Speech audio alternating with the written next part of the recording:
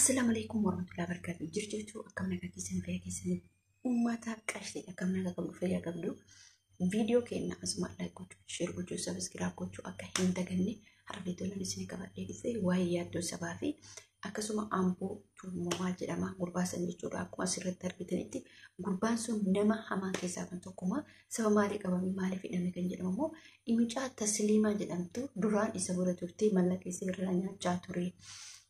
Baay'ee dararaa ture, cunqursaa ture, jalatti dhiibbaa yeroo isin galeetti fiddu dhibbuma dhibbatti irra nyaata. Mucaan kun achi baatee yaaddoo sabaa bira dhufte. Erga yaaddoo sabaa bira dhuftee kaatee mootuyyuu ammallee immoo maal godheree poolisiin qabsiise. Maaliif kana ta'e maaliif inni namummaa otoo hin taane gadhummaa isaati. Namummaa namni dhiirri erga ta'e erga nama jabaa ta'e manatti itti dhaqeetini yaaddoodhaan. Mucattiin tun niitii tiyya jabaa namaa dhiira namaa mushaan saba biyya biraatiin erga eenyummaa biyya Yaman qabaate erga waraqaa biyya sanii qabaate manatti itti dhufee shorfee isaa banaa ilkaan isaa sana argatanii yaaddoo abbaa beekee sabaa qabsiisa. Dhuguma waan nama jibbisiisu kuni namaa miti, ilma namaati miti, nama namaa yaaduu miti, bineensa. Bineensa taananii waan akkasii abbaa ilmaan irratti dalagde. Abbaa ilmaan irratti waan san dalaguu jechuun wallaahi waan nama jibbisiisate jechuudha. Fukkataadhaan gocha namarratti raawwatame. Ijoollee sanii maal yaada inni nama akkam yoo dhalataa biyya sanii ka ta'e maal yoo eenyummaa biyya sanii qabaatteeti abbaa beekee sabaa hiisista erga namummaa qabaattee erga dhalataa biyya sanii taate dhalataa biyya saniiti eenyummaa biyya sanii qabda saba akkatti isin agarsiisee akkana isa godhamee akka warri waan takka eenyuutti takka kan kamnatti namatti dhuftu. Seerri jiru situ biyya san bulchaa jira. Kabiyyu bulchuu bara akkaataa qaba, akkaataa itti nama hidhee baasu qaba. Finxirriftee nama mallaqa nyaachiftee abbaa ilmaanii qabda. Ati nama akkamitti sammuun kee yaadda? Ilma isa ishee isin jaalan ilmaa sanii yaaddu borrabbisillee akkas gochuu danda'a. Borrabbisillee sirakkisuu danda'a. Yaadduu jechuun nama tuqamuu miti nama kunuunsamu. Isaa ilmaan isaatirratti cirrise jechuudha. Isaa namni itti dhufee seenee gargaaree haati mana isaa akkasitti ilmaan isaa gattee irratti baate. Akkamitti harka maaltu ilmaan isaatirraa si qaba? Ati dhuguma dhiira miti jechuudha. Otoo dhiira taate gocha akkasii raawwattu. Otoo dhiira taate ilmaan sanirraa isan qabdu. Otoo dhiira taate silaa si hiisisaa sababa ilmaan kee kanaa yoo si hiisisu jettee biraa qabbaata. Intalatti barbaaddu fudhu. Balleessaa guddaa ka qabu karakkoo nama keenyarrallee gaa jiru ijoollee teenya shamarraniiti. Gaafa biyyaa baatan karooraan biyyaa baa. Gaaf biyyaa baatan maaliif biyyaa baane jedha yaadadha. Sinin gale akkasitti hubadha. Akkanumatti zimjettanii baatanii akkanumatti zimjettanii dhiira argitan bira dhaqina. Yaadi xiqqishuu isee. Akkamitti dhiira bira dhaqxee har'a mootuyyuu isa abbaa ilmaanii qilleensa dhoofsista daa'imman isaa bakka jirti. Daa'imman isaa mana jirti.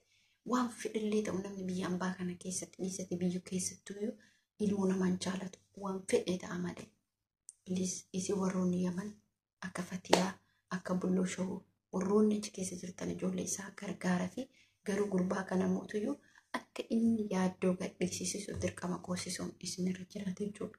Akka Bahaariffaa akka Sa'iduufaa dhugumatti namni ilmaan biyya ambaa keessatti qabu inni ulfaata. Yaaddoo fi namni biraa immoo garaagarummaa. Otoo haatuu bira jiraatte waa tokko rakkoon qabu. Ilmaan haati bira hin jirre hamma itti ulfaatu beeka. Rabbii keessanii jedha qaqqabaa dubbii keessatti qaqqabanii ilaalan. Qaqqabanii ilaalan tafkeen ija qabdeen. Dubbii keessatti qaqqabaa ilaalan. Dubbiin ilmaaniitii fi tun garagara. Jasbaan gurbaa jechuudha akkatti hiisisee akkana godha jedhee dubbata. Konkaan gurbaa dhugumatti konkaa sammuun isaa akka dalayne hubadhee jira jechuudha. Too nama dalaguu taate waan akkasii. Asitti deebina, Tasliimatti deebina. Maali ati bakka seentu dhabde dhugumatti jechuudha. Wanni hundi akkaataa qaba, wanni hundi yeroo qaba. Bukaan dhufatee hafaa biratti dalagoo deemee ijaan bira ijaasaa kooti. Jiranii bara warroonni yoo ati mana arabaate qixxitaa baatee dalagattee baatee mana namaatti boqonnaa baate eenyu si dhooba? Giddiin kararraa qabeessi hin galaa. Biyya san keessatti dubartiin kabaja guddaa qabdi. Yoo ufiin dhayxe malee dubartiin tuqamu. Baafeetee yoo maal taane Akkuma dubartii isaanii kabajan dubartii teenallee kabajan. Yaani nama kennatu haalaan qabne bakka. Maalati? Ishii waan kana duuba rakkoon cimaan akka jiru odoo beektu nama kanarratti kuffisuu maaliif deemtadhaan mucattillee jechuudha. Walla mucattillee garuu namni kaayiruu rakkatetti bakka seenuu dhabe bakkuma xiqqoo wantaa jettu seena. Garuu mootuyyuu ani akka shakkii kootiitti ammallee yaaddoo duubas tarii haati manaa isaa sunis jiraachuu maddii hin beekamu kaanii rabbiin nu dhiisu. Maaliif hojjetan ijoollee shamarranii gaaf biyyaa baatu aanaa fira qabaa. Firri keenya yoo namallee hin qabaanne bakka fira keessoo fira kee biratti hubuuti bareeda. Amma gurbaan kun sirraa nyaatee si fixee si duguugee gaafa ati boqonnaa argattee bakki tara galfattu argattetti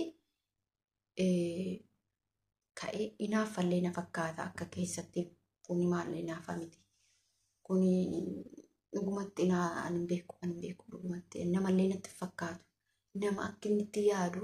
Hamma lukkuu yaaddu dhugumatti namni suni jechuudha. Hamma lukkuu yaaddu lukkuunuu yaadde bargisee amma lukkuunuu hin yaadde.